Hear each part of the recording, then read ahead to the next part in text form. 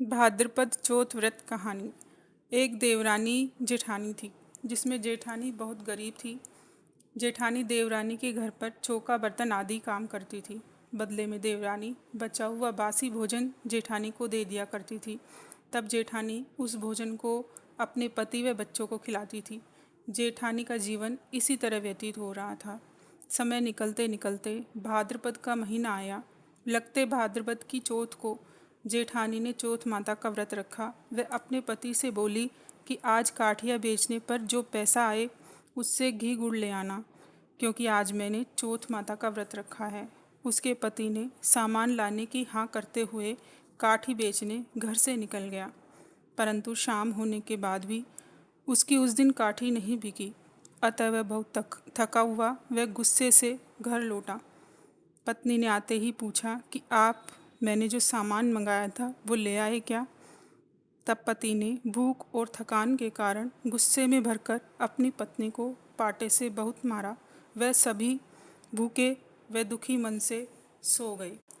तब चौथ विंदायक जी ने सोचा कि इसने सच्चे मन से मेरा व्रत किया है, मुझे इसे दर्शन देना चाहिए। आधी रात के समय चौथ विंदायक महाराज जेठानी के घर आए और बोले कि चौथ विंदायक कहाँ उतरे? तब वह दुखी मन से रोते हुए बोले कि मेरा यह टूटी फूटी झोंपड़ी है, यहीं उतर जाइए। तब चौथ विंदायक बोले कि कहाँ घीसनी करे? तब जेठानी ने कहा कि मेरी तो टूटी फूटी झोंपड़ी है, यहीं कर लो। गणेश जी ने घीसनी की तो सारी झोंपड़ी हीरे मोतियों व सोने चांदी से जगमगाने लगी। जाते समय गणेश जी ने झोंपड़ी को पांव से स्पर्श किया तो वह एक महल में बदल गई। अब जेठानी के पास बहुत सा धन हो गया। उस धन को समेट कर रखने में देर हो जाने के कारण वह समय पर देवरानी के घर चौका बर्तन नहीं करने जा सकने के कारण देवरानी ने अपने बच्चों को जेठानी के घर ताई को बुलाने भेजा। बच्चे जब ताई के घर पहुँचे तो वहाँ ताई के बच्चों को लड्डू खाते हुए वह ताई को सोने के जेवरात से लदे देखकर अपने घर आकर अपनी माँ को सारी बात बताई। तो देवरानी जेठानी के घर जाकर बोली कि जेठानी, आपने मेरे घर में हाथ मारा है और धन चुराया है। तब जेठानी बोली कि मैंने कहीं चोरी नहीं की, यह तो मेरे चौथ विंदायक जी ने दिया है। वह चौथ व्रत की सारी बात बताई कि कैसे चौथ विंदायक ने धन दिया। अब तो देवरानी ने भी चौथ व्रत करने की सोची। 15 दिन बाद चौथ आई तो उसने व्रत रखा। वह अपने पति से काठिया बेचने का आग्रह किया। उसका पति बोला कि अपने पास बहुत धन है, मैं क्यों काठिया बेचूं?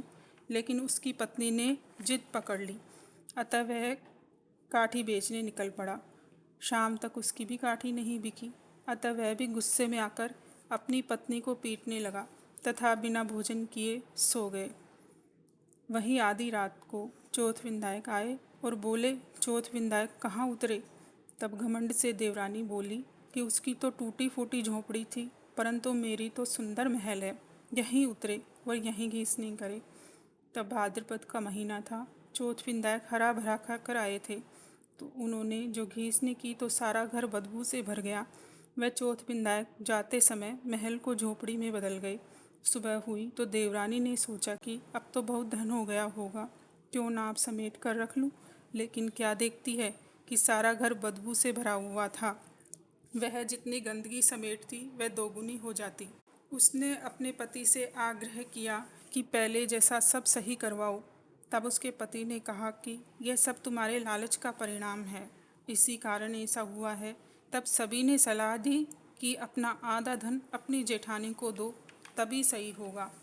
उसने अपना आधा धन अपनी जेठानी को दिया तो सब कुछ पहले जैसा हो गया। हे चौथ विंदायक, उसकी जेठानी को धन व दर्शन दिया वैसा सबको देना, व सबको अखंड सौभाग्यवती बनाना। जय हो चौथ विंदायक की। अगर आपको यह कहानी अच्छी लगी तो प्लीज़ लाइक करें और कमेंट करके ज़रूर बताएं और चैनल को सब्सक्राइब करना ना भूलें, ताकि आप तक आने वाली त्योहारों की कहानियाँ पहुँच सके। धन्यवाद।